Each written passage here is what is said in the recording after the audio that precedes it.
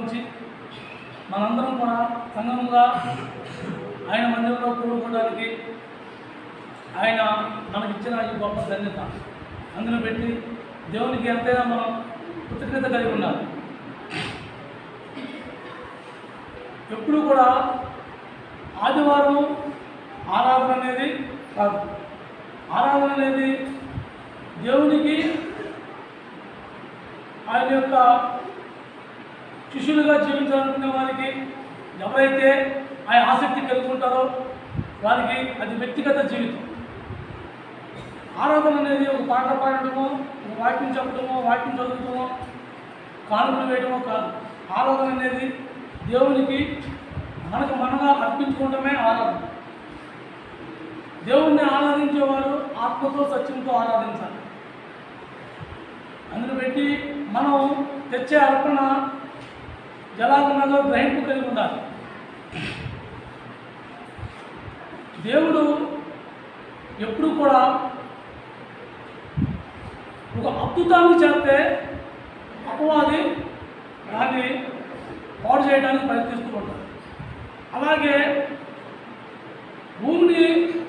భూగోళాన్ని దేవుడు ఎంతో అందంగా సృష్టించిన గత కాలంలో అపవాది దాన్ని చల్లాచెదురుగా చేసి పాడు చేసినప్పుడు మళ్ళీ దేవుడు దాన్ని ఎలాగైతే వైభవంగా అందంగా తీర్చిదిద్దాడో అలాగే మనల్ని కూడా ఎవరైతే దేవుడి విషయంలో తప్పుపోయి దేవుడి విషయంలో నిర్లక్ష్యంగా ఉండి దేవుడిని విడిచిపెట్టి మనం ఎప్పుడైతే లోకంలో తిరుగుతూ మొదలుపెట్టామో దేవుడు మనకి విడిచిపెడతాడే తప్ప దేవుడు మనల్ని శిక్షించాడు.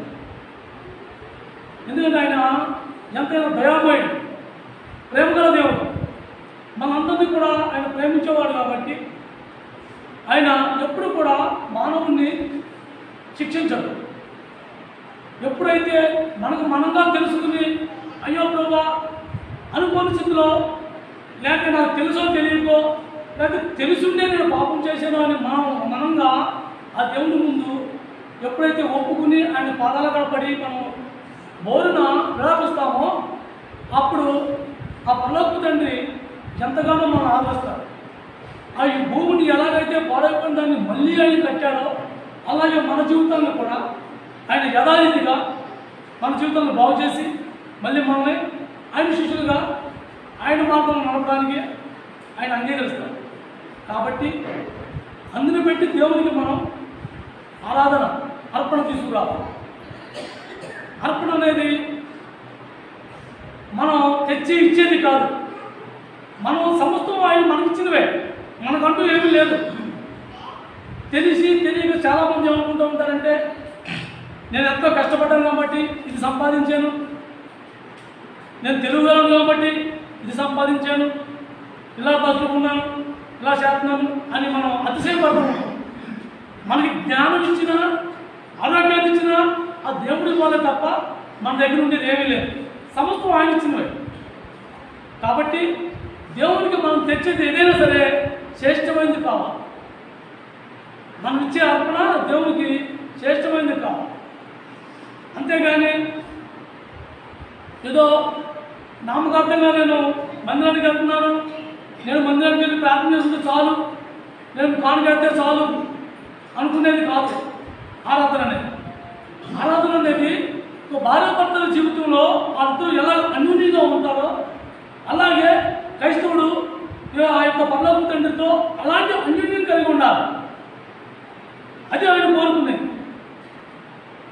అంతేగాని ఆరాధన అనేదంతా ఆదివారమే ఆరాధన చేయాలనేది కానీ లేకపోతే పాటలు పాడేది కానీ వాక్యం చెప్పేది కానీ లేదా కానుకలు వేసేది కానీ లేదా భోజనాలు పెట్టుకునేది ఇవన్నీ ఆరాధన కాదు. ఆరాధన అనేది మనకు మనంగా ఆయన అర్పించుకునేది ఆరాధన. అది శ్రేష్టమైనది కావాలి. ఆయన ఆదికాండం 4వ అధ్యాయం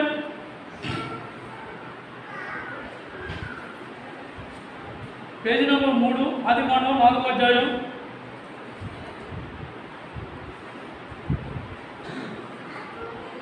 3-4 వచనాలు.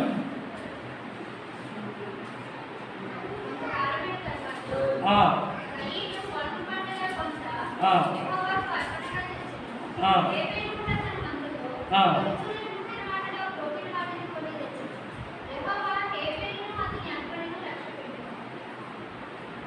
దేవుడు ఫస్ట్ దేన్ని అంగీకరించాడు? హేబెలుని అంగీకరించాడు. హేబెలుని ఎందుకు అంగీకరించాడు? ఎందుకంటే అతను తెచ్చే అర్పణ దేవుడికి ఇష్టం ఉండాలా ఉండదాని కాదు. అసలు నా అంతరంగంలో అతని అంతరంగంలో ముందు ఫస్ట్ కల్మషం లేదు.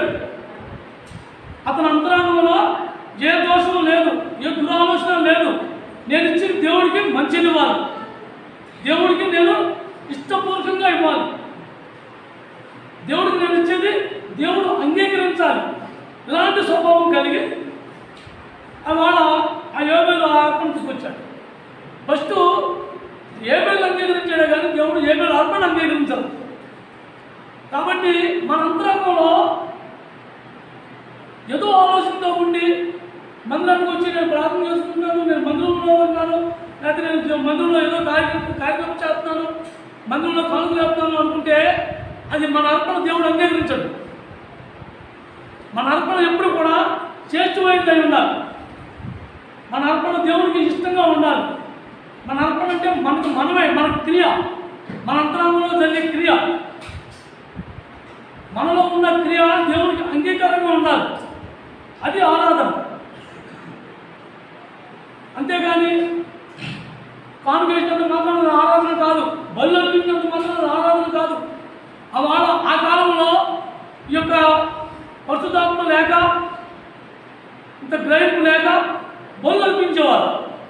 ఆ సంవత్సరం వారు వాళ్ళు చేసిన పాపాల వల్ల, వాళ్ళు చేసిన క్రియల వల్ల దేవునికి ఏదో ఒకటి మొక్కు చెల్లించాలి అనే ఒక స్వభావంతో ఆ యెరూషలేము వెళ్ళి ఆ యొక్క బలు అర్పించేవారు.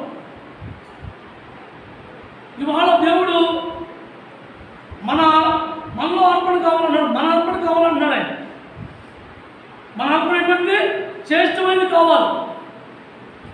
మనం ఆదివారం మందిరానికి వచ్చేటప్పుడు శ్రేష్టమైన అర్పణ అంటే మన అంతరంగంలో ఏ ఒక దురాలోచన కానీ, ఒక కల్మషం కానీ, భేదం కానీ లేకుండా ఇష్టపూర్వకంగా దేవుడి సన్నిధిలో దేవుడు నాతో ఏం మాట్లాడుతున్నాడనే గ్రహింపుతో, ఆ యొక్క ఆలోచనతో మనం వస్తాము. అటువంటి ఆలోచనతో వచ్చినప్పుడు అటువంటి క్రియ దేవుడు చూస్తాడు. మనం వచ్చి మనం సమాధానం లేకుండా, మనం ఒకరితో ఒకరు సమాధానం పడుకోకుండా, ఇష్టపూర్వకం లేకుండా, దేవుడికి ఇష్టకారంగా ఉండదు. మనం మనంగా వచ్చి మందిరంలో కూర్చుని ప్రార్థన చేసుకున్నంత మాత్రం అది ఇష్టంగా ఉండదు. అందుకనే అంటున్నాడు ఆయన, నీవు నీ సహోదరుడికి నువ్వు కోపడితే వల్ల అప్పుడు నీ బలిపేట దగ్గర వదిలేసి నువ్వు వెంబడే సమాధానం పడి అంటున్నాడు. ఆ మాట యేసుక్రీస్తు ప్రభువే అన్నాడు. మన అర్పణ శ్రేష్టమైనది కావాలి అంటే ముందు మనం ఈ వారంలో ఎవరితోనైనా విరోధంగా ఉంటున్నామా, ఎవరితోనైనా భేదంగా ఉన్నామా, ఎవరినైనా మనం ఇబ్బంది పెట్టామా, ఎవరైనా బాధ పెట్టామా అని మనకు ఒక ఆలోచన కలిగి ఉండాలి. ఇవాళ నేను ఆదివారం దేవుడిని నా అర్పణ పట్టి వెళ్తాను, వారం నేను పోగు చేసిన నా అర్పణ ఆ తండ్రి పట్టి వెళ్తున్నాను. కాబట్టి నా అర్పణ ఎలా ఉంది అని ఒక గ్రహింపు కలిగి ఉండాలి. మనం ఆ గ్రహింపు కలిగి ఉన్నప్పుడు ఆ అర్పణ దేవుని ముందు పెట్టేటప్పుడు దాంట్లో కల్మషం ఉండకూడదు. మత్తయి సువార్త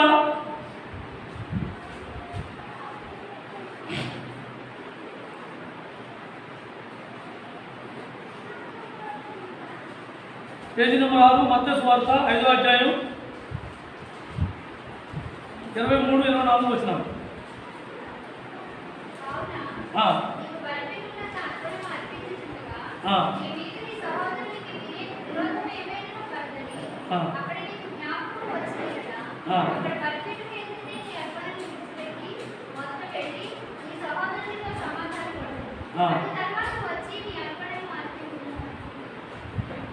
ఎప్పుడు అనిపించమంటున్నాడు?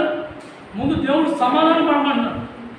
అంటే మనం ఎప్పుడైతే ఎవరితో అయినా మన ఇరుగు వాళ్ళతో, లేకపోతే మన ఇంట్లో వాళ్ళతోనో, లేకపోతే మన స్నేహితులతో, బంధువులతోనో, ఎవరితో ఒకరితో ఏదైనా మనకు మనంగా, లేకపోతే వాళ్ళు వచ్చి మనమే తగ్గువాడినా, మనం వెళ్ళి వాళ్ళ మీద తగ్గువాడినా, సమాధానం లేనప్పుడు, మనం సమాధానం పడినప్పుడు మనం ఎంత జాగ్రత్తగా మన అంతరంగంలో దేవుడిని ప్రార్థించినా, దేవుడితో మనం మాట్లాడినా దేవుడు ఆ అర్పణ అంగీకరించాలంటున్నాడు.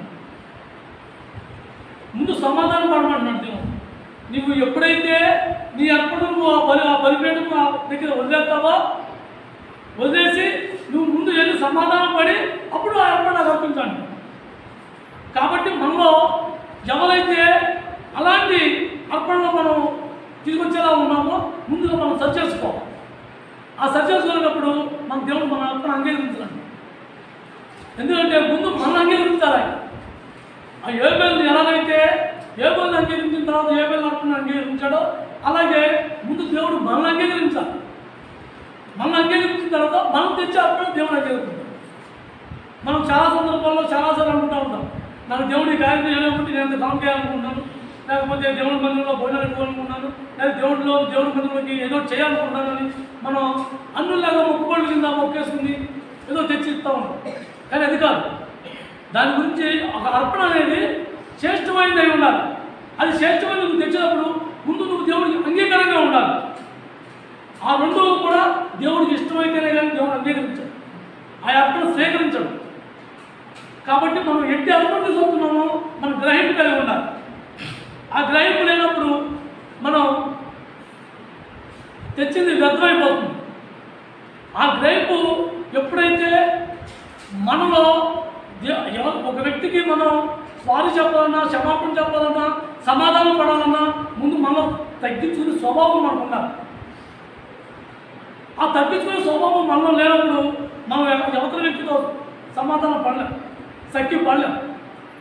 ఎందుకంటే నామకార్థంగా ఒక భాషగా ఉన్న సోదరేమని, లేకపోతే సాటి సహోదరుగా ఉన్న సహోదరి కానీ సోదరేమని మనం నోటి మాటతో ఆ సారీ యొక్క అన్నంత మాత్రం సమాధానం కాదు.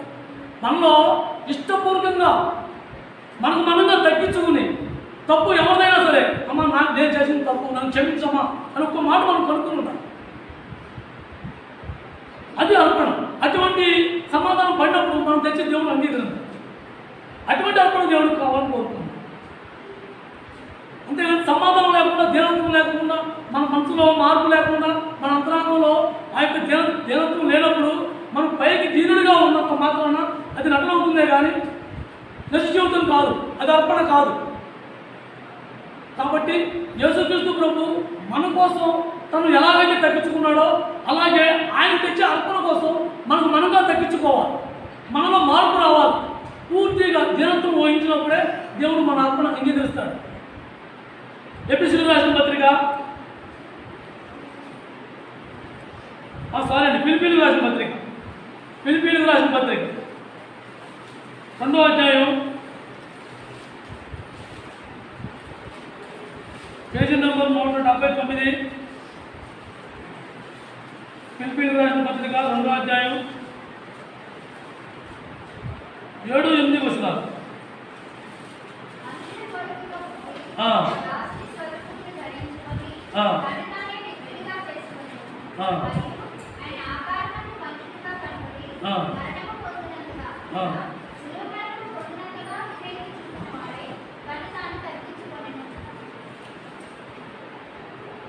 ఆయన సర్వ సృష్టికర్త కుమారుడయ్యండి, సర్వలోకానికి అధికారయ్యండి, మన కోసం, మన పాపాల నుంచి విడిపించడం కోసం, మనల్ని రక్షించడానికి, అలాగే దేవుని యొక్క మానవుడి పట్ల దేవుడు ఏదైతే ఆశించాడో దాన్ని చూపించడానికి, మానవుడు దేవునితో ఎలా కలుసుకోవాలో ఆ మార్గం ఏర్పరచడానికి తను ఎంతగా తగ్గించుకున్నాడు అంటే దేవునితో సమానంగా ఉండవలసిన హోదాన్ని విడిచిపెట్టుకుని దేవునికి ఏదైతే ఆరాధన స్థుతులు ఎలాగైతే ఆయన అందుతున్నాయో అలాగే ఈయన కూడా పొందవలసిన వాడు అయ్యండి మనతో మానవునితో సమానంగా దీనుడిగా, మనకన్నా దీనుడిగా ఈ భూమి మీదకి వచ్చాడు. ఆయన దీనత్వాన్ని ఒకవేళ కొంచెం చూసుకుంటే మనం దేంతోనూ కూడా ఆ దీనత్వంలో తోగం కావు. ఎందుకంటే ఒక వ్యక్తి ఒక మాట మాట్లాడితే మనం 10 మాటలు మాట్లాడతాం. ఒక మనిషి ఏదైనా చిన్న తప్పు మోపితే ఆడు మనం 90 తప్పులు మోపుతాం. కానీ ఆయన ఏ నేరం చేయకపోయినా, మన కోసం, ఆయన దేవుని చిత్తం నెరవేర్చడం కోసం తను ఎంత రిక్తుడిగా అయిపోయాడంటే, ఇది అసలు ఆయన జీవితం గురించి మనం ఊహించుకుంటే ఇంత దేవాది దేవుడు అయ్యింది, ఇంత పాపం నేను జీవించే జీవితం కోసం, నా పాపం కోసం ఇంత రిక్తుడు ఎలాగయ్యాడు ఆయన అనే ఒక ఆలోచన పుట్టినప్పుడు ఆ ఆలోచనకి మనకు అసలు అంతే దొరకదు. ఎందుకంటే మన జీవితం అంతా కూడా దుర్మార్గమైన ఆలోచనతో, మన ఆలోచన అంతా కూడా వ్యర్థమైన ఆలోచనతో, పాప ఆలోచనతో మనం జీవిస్తుంటే మనల్ని ఎలా ఎదిరించాలి, ఆయనకు దానికి క్రైమ్ ఎలా చెల్లించాలి, ఆ సమయం ఎప్పుడు దాన్ని ఎలాగ నేను ఒక దరికి చేర్చాలి, దానికి మార్గం దేవుడి దగ్గరికి, ఆ తండ్రి దగ్గరికి వీళ్ళందరూ కూడా నడవడానికి మార్గం నేను ఎలా వేయాలి అని ఆలోచనతో ఆయన వచ్చాడు. ఆయన ఎంత రిక్తుడయ్యాడు అంటే ముఖం మీద ఉమ్మేసిన, మొహం చేతితో గుద్దిన, పడాలు బట్టి సిరేసిన, బలవంతంగా మేకులు కొట్టిన, తండ్రి వాడు ఏం చెప్తానో క్షమించు అన్నాడే కానీ నేను ఎవరో తెలుసాను ఒక మాట కూడా వాళ్ళు మాట్లాడదు. మనమైతే నేను ఏ కుటుంబంలో పుట్టానో తెలుసా, నేను ఏ వంశంలో పుట్టానో తెలుసా, నేను ఏ ఊళ్ళో పుట్టానో తెలుసా అని మనం గర్వించుకుంటాం, మనం గణపరుచుకుంటాం. కానీ యేసుక్రీస్తు ప్రభు ఎప్పుడు ఎక్కడ ఏ విషయంలో కూడా తను కూడుకోలేదు, తన గురించి తను ఎక్కడ చెప్పుకోలేదు. అలాంటి యేసుక్రీస్తు ప్రభు ఎంత దీనుడయ్యాడో, మనం ఎలాంటి దీనత్వంలో ఉంటే మన అర్పణ దేవుడు అంగీకరించాడో మనం అది కలిగి ఉండాలి, అది తెలుసుకుని ఉండాలి. అలాంటి గ్రహింపు లేనప్పుడు, అలాంటి గ్రహింపు మనలో రానప్పుడు, మన దీనత్వాన్ని మనం అంగీకరించినప్పుడు దేవుడు తెచ్చే అర్పణ ఆయన అంగీకరించడు. దేవునికి అర్పణ శ్రేష్టమైనది కావాలి. శ్రేష్టమైనది అంటే ఎదిచ్చినది ఆయన ఇష్టం ఉండదు, మనం ఏది చేస్తే ఆయనకి ఇష్టం ఉండదు. ఆయన కావాల్సింది మన అంతరాంగం శుభ్రం, మన అంతరాంగంలో ఏ కర్మషం, మన అంతరాంగంలో ద్వేషం అటువంటిది ఏమీ లేనప్పుడు ఆయన మనం తెచ్చే అర్పణ అంగీకరించాడు. అలాంటి అర్పణ కోసం ఆయన కోరుకుంటున్నాడే కానీ ఆయన మన కోసం ఏమైతే చేయాలనుకున్నాడో అన్నీ కూడా చేశాడు, అన్నీ కూడా చూపించాడు, అన్నీ కూడా దేవుడి దగ్గరికి మనం చేరాలి అంటే ఏ విధంగా నడవాలో, దేవుడితో మనం మాట్లాడాలంటే ఎలాగో దేవుడితో కలుసుకోవాలో, దేవుడితో మనం ఏకీపించాలంటే ఏ జీవితం జీవించాలో సమస్తం సమకూర్చాడు. మనం దేవుడు ఏమైతే మన దగ్గర కోరుకున్నాడో, మనం పాపాన్ని విడిచి మనం దీనులుగా ఉండి ఆయన్ని దగ్గర సాగిలు పడి ఆయన మాట ఆలకించడం కోసం దేవుడు మనం కోరుకున్నాం.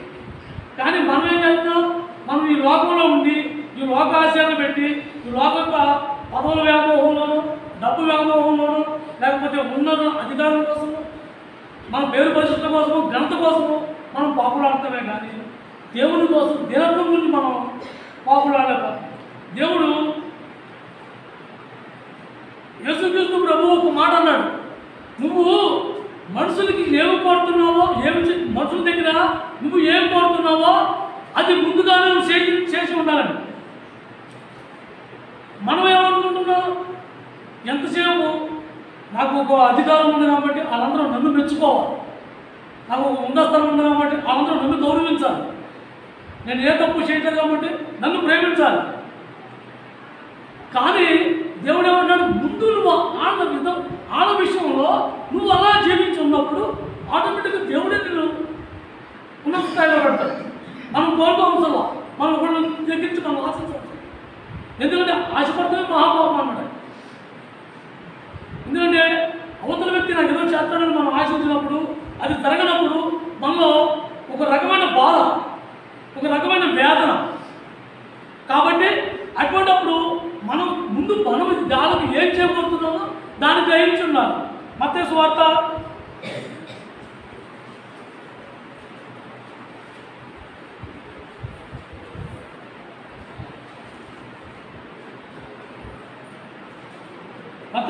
7వ అధ్యాయం 12వ వచనం.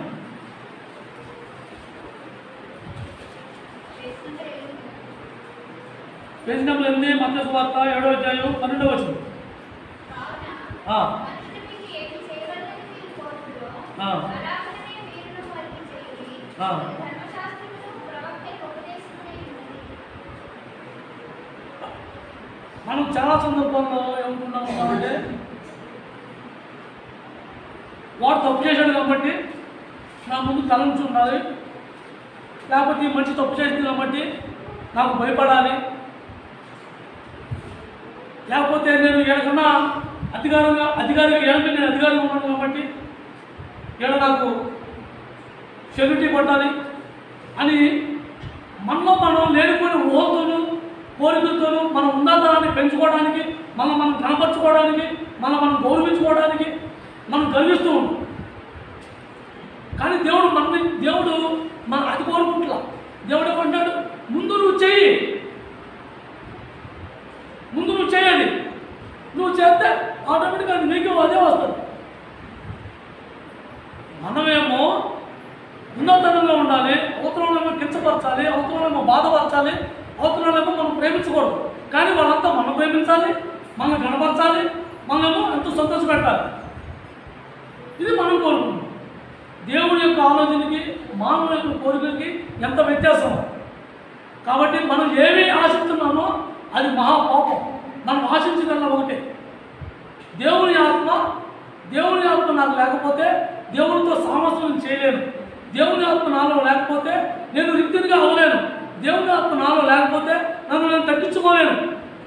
కాబట్టి నాకు దేవుని ఆత్మ కావాలి. ప్రభు నీ ఆత్మ నాకు ఇవి అని దాని గురించి మనం ఆడాలి. అవసరమైన దాన్ని వదిలేసి అనవసరమైన దాన్ని ఏడుతూ దేవుడికి మనం దూరం అవుతున్నామే కానీ దేవుడి దగ్గరికి కాలేకపోతున్నాం. మనం దేన్ని కూడా లోక సంబంధమైన విషయాల్లో దేన్ని కూడా మనం ఆశించుకోం. దేన్ని ఆశించడం అది పాపమే అవుతుంది. ఏప్రిల్ రాసిన పత్రిక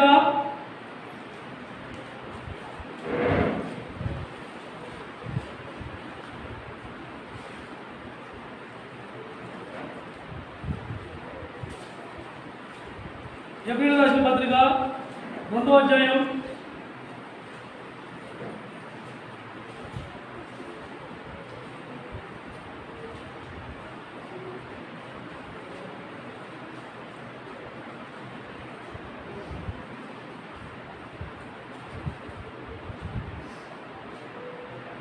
17వ వచనం.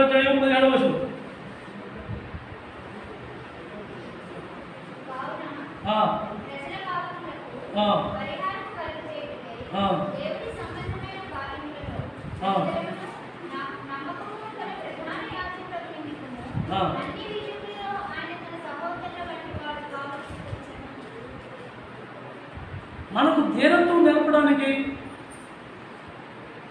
ఆయన ఈ భూమి మీద అన్ని విషయంలో, ఒక విషయంలోనే కాదు అన్ని విషయంలో కూడా మనకు సోదరుడుగా, మనకు అన్నగా వచ్చాడు ఆయన.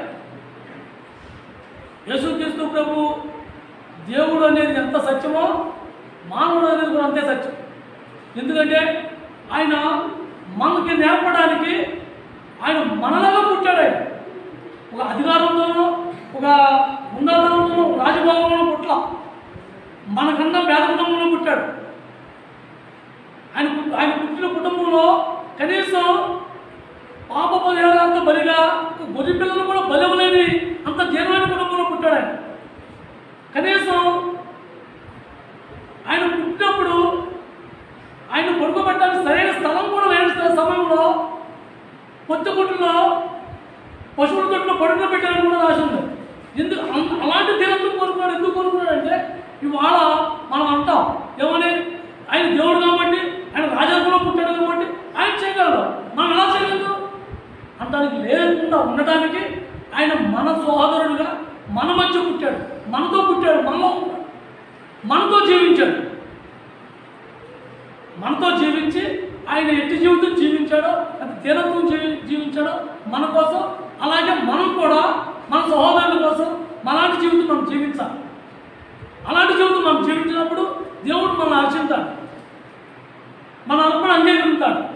మనలో తీరత్వం లేనప్పుడు మనం కనపరుచుకోవాలి, మనం పోవడాలి. ఎవరితో మనం పోతే మనం ఆనందపడతాం, సంతోషపడతాం, మనం కనపరుచుకోవడం, ఇవి దేవుడికి అసహ్యం, దేవుడికి ఇష్టం ఉండదు. ఆ ఇష్టం ఉండకుండా ఉండడానికే యేసుక్రీస్తు ప్రభు అంత పేద గృహంలో పుట్టాడు. ఐగుప్తులో ఉండి ఆయన యోసేపు చనిపోయినప్పటికీ ఆయన 20 సంవత్సరాలు లోపే ఉండొచ్చు. అటువంటి సమయంలో బరువు బాధ్యత మోసి కష్టపడి కుటుంబాన్ని పోషించాడు. ఎందుకు? నీకు నాకు చూపించడానికి, మనకు రుజువుపరచడానికి. ప్రతి కష్టంలో, ప్రతి అవసరతలో, ప్రతి దీనత్వంలో ఆయన మనకి రుజువు చేయడానికి, మనల్ని చూపించడానికి ఆయన అట్టి జీవితం జీవించాడు.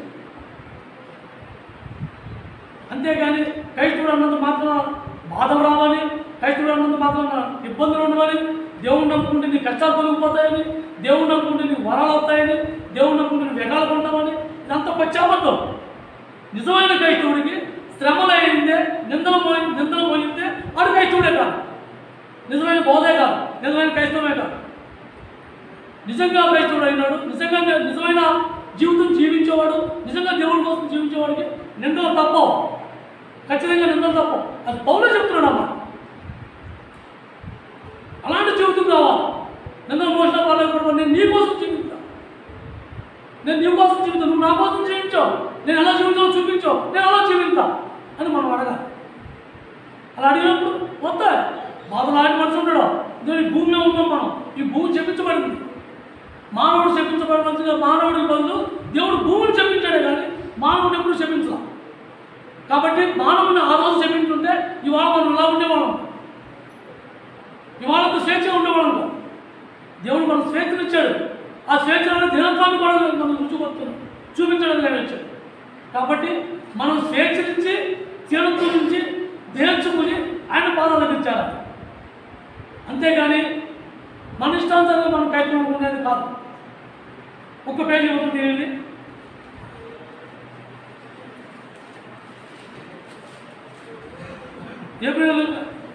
ఏప్రిల్ పత్రిక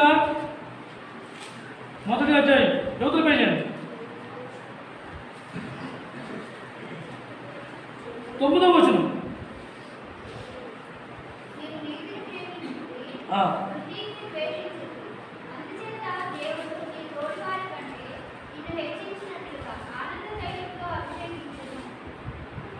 దేవుడు యేసుక్రీస్తు ప్రభు పరలోకంలో ఉన్నప్పుడు ఆయనకి ఆ తైలం అవసరం లేదు, పరలోక తండ్రికి ఆ తైలం అవసరం. ఆ అభిషేకం, ఆ తైలం మనకు కావాలి. అటువంటి ఆనంద జీవితం ఎందుకంటే ఎంత కష్టంలో అయినా సరే, ఎంత బాధలో అయినా సరే ఆయన ఆనందాన్ని రుజువుగాడే కానీ ఏ క్షణంలో కూడా ఆయన దుఃఖించడం, బాధపడటం చూడాలి. ఒకే ఒక్కసారి ఆయన గెచ్చమైన చోటలో తండ్రి నీకు ఇష్టమైతే కిందకి తొలగించాలని ఒక్క విషయంలో బాధపడ్డాడే తప్ప, ఆయన తన శిష్యులు తప్పిపోకుండా ఉండడం కోసం ప్రార్థించినప్పుడు బాధపడ్డాడే తప్ప, ఆయన వచ్చిన శోధన విషయంలో కానీ, ఆయన్ని బంధించిన విషయంలో కానీ, ఆయన విషయంలో ఏ విషయంలో కూడా ఆయన సంతోషాన్ని చూపించాడే కానీ బాధను ఎవరికి చూపించాలి. ఆయన ఎప్పుడు బాధపడలేదు, ఆయన ఎప్పుడు బాధపడలేదు. కానీ మనం చిన్న శోధన వచ్చినా, చిన్న బాధ వచ్చినా, చిన్న దుఃఖం వచ్చినా రోజు ప్రార్థిస్తున్నాను. ఏంటో ఈ కష్టం నాకే వస్తుంది. అవును, కష్టాలు నీకు వస్తాయి. ఎందుకంటే ఈ కష్టం మనం ఈ భూమి చెప్పించబడ్డ భూమి ఉన్నాం, దాన్ని నువ్వు చేయించినప్పుడే నీకు ప్రతిఫలం. మనం దేన్ని చేయించుకోవడం మనం సుఖం రావాలి, మనం దేనికి కష్టపడకుండా మనం భోజనం రావాలంటే వస్తుందా? రాదు. ఆ భోజనం మనకు ఎలా అయితే రాదో, ఆ భోజనం మనం ఎలా అయితే కష్టపడింది, ఆ భోజనం మన చేతికి రాదో, అలాగే సుఖం, మన యొక్క సంతోషం కావాలంటే దేవుడు ఏ మార్గాన్ని, ఆ యేసుక్రీస్తు ప్రభు ఏ మార్గం నడిచాడో ఆ మార్గాన్ని మనం నడవాలి, ఆ మార్గాన్ని మనం సాగించాలి. ఆ మార్గాన్ని మనం సాగించినప్పుడు, ఆ మార్గాన్ని మనం కొనసాగినప్పుడు మన జీవితంలో ఎప్పుడు దేవుడి పట్ల ఆనందం తప్ప దుఃఖం అనేది ఉండదు, బాధ అనేది ఉండదు. కానీ మనం వచ్చేపు దేవుడిని అతి తక్కువ సమయమే దేవుడికి, అతి తక్కువ సేపు దేవుడితో సంభాషణ, ఎక్కువ సమయం ఎక్కువ సంభాషణ లోకంతో. అందుకనే మనకి చెప్పాలి ఈ కష్టాలు, ఈ సమస్యలు, ఈ ఆనందం కోల్పోతాం. కానీ దేవుడు ఎప్పుడు కూడా ఆయన ప్రేమను మనకు పంచడానికి, ఆయన ఆనందం ఏంటో మనం చూపించడానికి ఆ యేసుక్రీస్తు ప్రభువుని పంపించాడు. ఎందుకంటే మనకు చేత కాదు, మనకు తెలియదు. దాన్ని ఎలాగ మన జీవితం మనకు తెలియదు. ఆ జీవితాన్ని చూపించడానికి ఈ భూమి మీదకి వచ్చాడు. ఆ పర్లోక తండ్రి ఏమైతే కోరుకుంటున్నాడో అది చూపించడానికి ఈ భూమి మీదకి వచ్చాడు. ఏప్రిల్ రాసిన పత్రిక 9వ అధ్యాయం 2 పేజీలు తీయండి.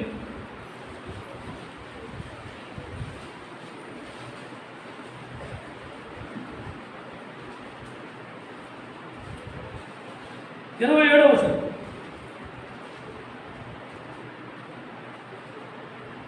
మనుషుడు ఒక్కసారి మృతి పొందవలెనని ఆ, నియమింపబడెను. ఆ. ఆ తరువాత తీర్పు.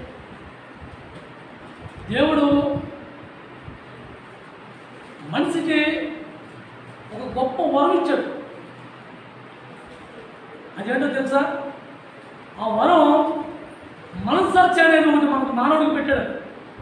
దేవుడిని నమ్ముకున్నవాడికి ఉంది, దేవుడు నమ్ముకున్నవాడికి ఉంది ఆ మనస్సాక్షి. ఆ మనస్సాక్షి విషయంలో మానవుడు ఎప్పుడైనా ఒకే ఒకసారి శరీరంగా ఒకసారి చచ్చిపోతాడు. చచ్చిపోయిన తర్వాత వాడికి ఏమీ చేయలేడు. కాబట్టి మనం ఎప్పుడైతే ఆ మనస్సాక్షి మనం చేసే క్రియ మనం గద్దెంతుందో ఆ గద్దెంపును పెట్టి మనలో మార్పు మనం తెచ్చుకోవాలి. దేవుని ఆత్మ ఆ మనస్సాక్షి ఎప్పుడు కూడా తప్పుకి వ్యతిరేకంగా ఉంటుంది. నువ్వు ఇది తప్పు చేయ చూడండి, మనం చాలా సందర్భాల్లో ఏదో నీకు మనస్సాక్షి ఉందా, నువ్వేం చేస్తావు నీకు తెలుస్తుందా? అలాగే మనస్సాక్షి నా మనస్సాక్షి నన్ను గద్దించింది కదా, అలాగా మన మనస్సాక్షి ప్రతి విషయంలో కూడా తప్పు చేయటప్పుడు తప్పు చేసావు అది తప్పు అని మనం గద్దిస్తూ ఉంటాం. ఆ మనస్సాక్షి గద్దించినప్పుడు ఏ విషయంలో ఆ మనస్సాక్షి గద్దిస్తుందో దాన్ని మనం సరిచేసుకోవాలి. ఈ శరీరం ముగిసిపోయిన తర్వాత మనం ఇంకా సరిచేసుకునే అవకాశాలు లేవు మనకి. ఆ అవకాశం దేవుడు ఈ భూమి మీద మనకి ఇచ్చాడు. కాబట్టి మనం దేని విషయంలో మనం అతిశయపడుతున్నాము, ఏ విషయంలో మనం దేవుడి దగ్గరగా ఉండలేకపోతున్నాం, అన్నీ కూడా దేవుడు వివరంగా మనతో మాట్లాడుతున్నాడు. కాబట్టి మన మనస్సాక్షి దేనైతే గద్దిస్తుందో దాన్ని మనం విడిచిపెట్టుకోవాలి. మన అర్పణ ఎలా ఉండాలో, దేవుడికి ఏదైతే అర్పణ ఎలా ఉంటే మనం దేవుడికి అర్పణ అన్నీ కూడా మనం ప్రతిరోజు మనతో దేవుడు మనతో సంభాషిస్తూ ఉన్నాడు. దేవుడు మనతో మాట్లాడుతున్నాడు. దేవుడు మాట్లాడే ప్రతి మాట మనం స్పందిస్తున్నాం. కానీ ప్రతి విషయంలో మనం తొందరపాటులో తప్పుపోతున్నాం. కాబట్టి మనం ఎక్కడ తొందరపడుతున్నామో మనస్సాక్షి మనం గద్దిస్తున్నప్పటికీ కూడా మన యుగోలు మనం చంపుకోలేము, మన స్వచ్ఛతను మనం చంపుకోలేము. నా పరువు పోతే, లేకపోతే నాకు ఉన్న గౌరవం పోతే, నేను వచ్చి తక్కువ అవుతుంది, నేను ఎదురుంటాను లేదా నేను ముందుంటాను, నేనెందుకు తక్కువ చేసుకోవాలి, నేనెందుకు సారీ చెప్పాలి, నేను తగ్గించుకోవాలి. ఈ స్వభావం మనం ఎప్పుడైతే విడిచిపెట్టుకుంటామో, ఎప్పుడైతే మనం తగ్గించుకుంటామో అప్పుడే మన అర్పణ దేవుడు అంగీకరిస్తాం. అంతేగాని మన ఇష్టానుసారంగా మనం తెచ్చే అర్పణ దేవుడికి ఇష్టం ఉండదు. ఉన్న సమయం అన్నయ్య తీసుకుంటారు.